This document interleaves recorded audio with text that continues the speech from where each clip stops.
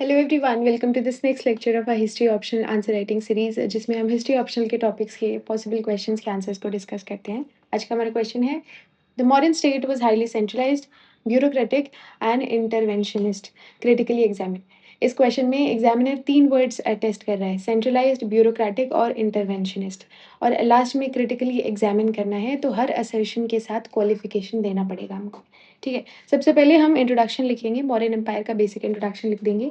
The Mauryan Empire from 322 to 185 BC represented an early experiment in imperial state building, characterized by a strong monarchy. सबसे पहले लिख देंगे what it represents.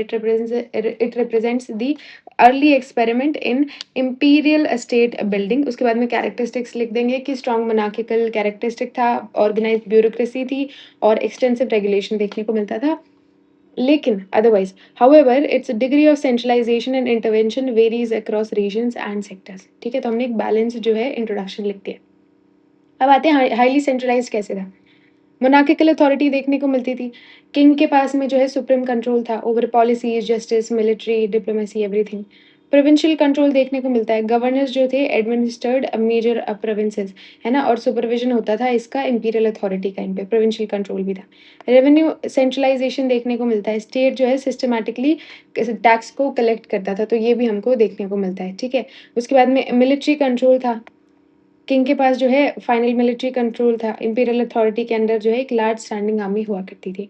Espionage system हमको देखने को मिलता है, स्पाइस जो है वो मॉनिटर करते थे ऑफिशियल्स को और सब्जेक्ट्स को, कैसा क्या चल रहा है, पब्लिक ओपिनियन कैसा है, ऑफिशियल्स ढंग से काम कर रहे हैं कि नहीं कर रहे हैं, कोई कॉन्स्पिरेसी तो नहीं हो रही, ये सब चीज़ें हमको देखने को मिलती थी। ठीक है, और भी लिख सकते हैं हम, वेलफेयर पॉलिसी के पॉइंट्स भी लिख सकते हैं। उसके अलावा जो है हम डिप्लोमेसी के पॉइंट्स लिख सकते हैं। तो अगर आपको ये बढ़ाना है, मेजर जो है ये 5 पॉइंट्स होते हैं, you have to right.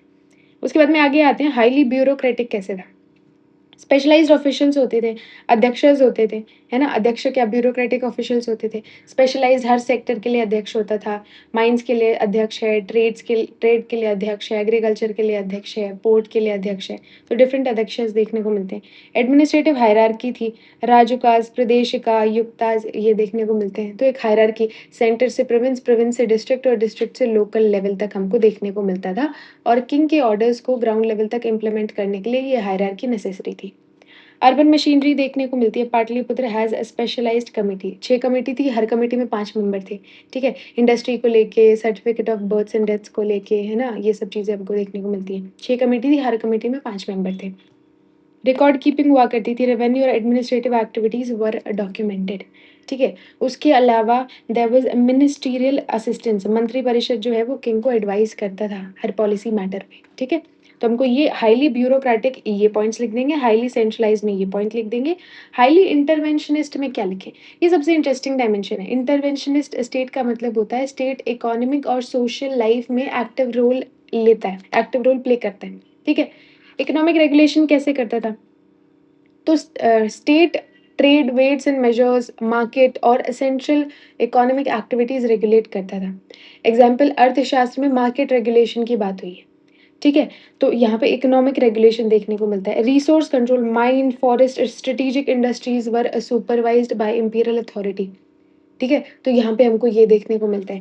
Agriculture में इरिगेशन और cultivation received state attention, agriculture में इरिगेशन और कल्टीवेशन जो है they were priority to the state, primary base था क्योंकि रेवेन्यू सिस्टम का ये। सोशल रेगुलेशन देखने को मिलता है अंडर अशोका। अशोका ने पब्लिक मोरालिटी को प्रमोट किया, ethical conduct, respect for elders को प्रमोट किया, ह्यूमन बिहेवियर को प्रमोट किया, है ना। धम्मा महामात्रा जो उसने अपॉइंट किया था कि वो धम्मा के जो मैसेजेस है उसको प्रोपोगेट करें, है ना। वेलफेयर मेजर्स अशोका के देखने को मिलते हैं, रोड, वेल, मेडिकल फैसिलिटीज वर एनकरेज। तो इससे हम जो है ये कुछ पॉइंट से हम बता सकते हैं कि स्टेट वाज इंटरवेंशनिस्ट, लोगों की पब्लिक लाइफ में, लोगों की पर्सन उनका रिलीजियस कैसा हुआ, वेलफेयर में, ठीक है, एग्रीकल्चर में, इकोनॉमिक रेगुलेशन, मार्केट्स वगैरह में। अब क्रिटिकली एग्जामिन करते हैं। रीजनल वेरिएशन वहाँ पे एग्जिस्ट करता था, modern empire uniform geographical space नहीं था, कोर एरियाज और फ्रंटियर एरियाज में स्टेट पेनिट्रेशन सेम नहीं हो सकता। तो सेंट्रलाइजेशन वाज अनइवन, पहले हम बोल देंगे रीजनल वेरिएशन। दूसरा, लोकल ऑटोनॉमी देखने को मिलता है, villages retain considerable self governing functions. ठीक है, विलेजेस और लोकल कम्युनिटीज के ट्रेडिशनल इंस्टीट्यूशन कंटिन्यू करते रहे। स्टेट को every local activity directly administer करने की नीड नहीं थी, ठीक है। थर्ड इज़ कम्युनिकेशन लिमिटेशन, क्योंकि हर जगह पे जा नहीं सकते ना, कम्युनिकेशन वो स्लो, कॉस्टली और हमको ज्योग्राफिकल हर्डल्स भी देखने को मिलते हैं, ठीक है? तो कम्युनिकेशन लिमिटेशन देखने को मिलता है। एविडेंस लिमिटेशन, अर्थशास्त्र जो है एविडेंस लिमिटेशन वहाँ से हाइलाइट कर सकते हैं हम।